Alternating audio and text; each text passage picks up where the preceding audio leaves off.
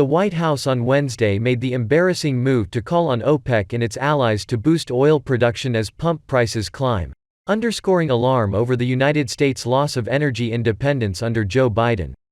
Domestic producers said Joe Biden should have looked to them to bolster the nation's oil supply.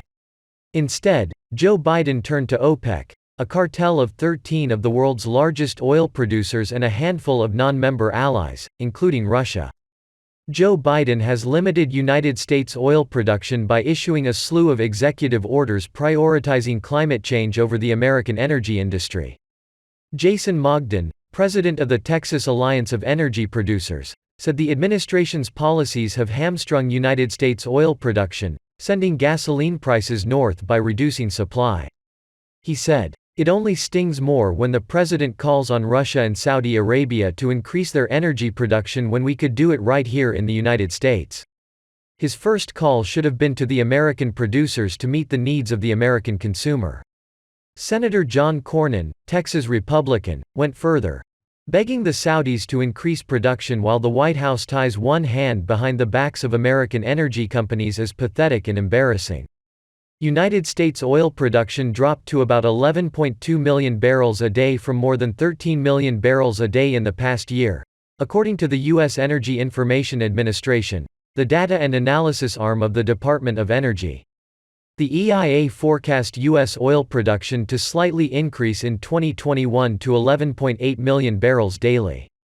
David Rapson, director of the Energy Economics program at the University of California, Davis, said that as America emerges from the pandemic and oil demand increases, domestic production will need to rise as well. He said, "If we don't allow domestic production to increase in response to demand, we are going to let OPEC dictate the price. That is going to be a long-term problem.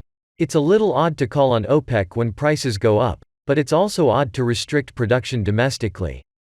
Pressed on whether the administration would consider requesting more domestic oil production, White House Press Secretary Jen Psaki said it wasn't under consideration.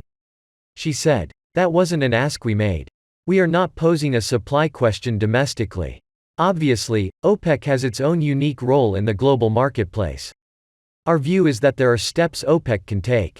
She noted that Mr. Biden's energy policies would bring the U.S. net zero emissions by 2050 and increase clean power use by 2035.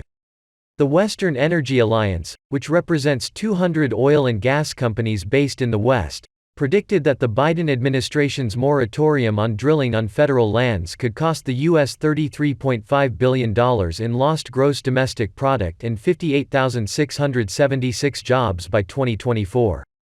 Those numbers are expected to swell to a GDP loss of $640 billion and 343,088 eliminated jobs by 2040. Mr. Mogden said, "The administration's policies promise to increase the U.S. dependence on foreign oil." He said, "Canceling the Keystone pipeline makes it easier for OPEC to get into our market. It makes Saudi Arabia, Russia and Venezuela more competitive." In Canada, the largest oil exporter to the United States, Joe Biden's plea to OPEC was met with disdain. Sonia Savage, the Minister of Energy for Alberta, slammed the move. She said in a statement, "The Biden administration pleading with OPEC to increase oil production to rescue the United States from high fuel prices months after canceling the Keystone XL pipeline smacks of hypocrisy." That dependence was on display Wednesday when National Security Advisor Jake Sullivan issued a statement urging OPEC to increase production.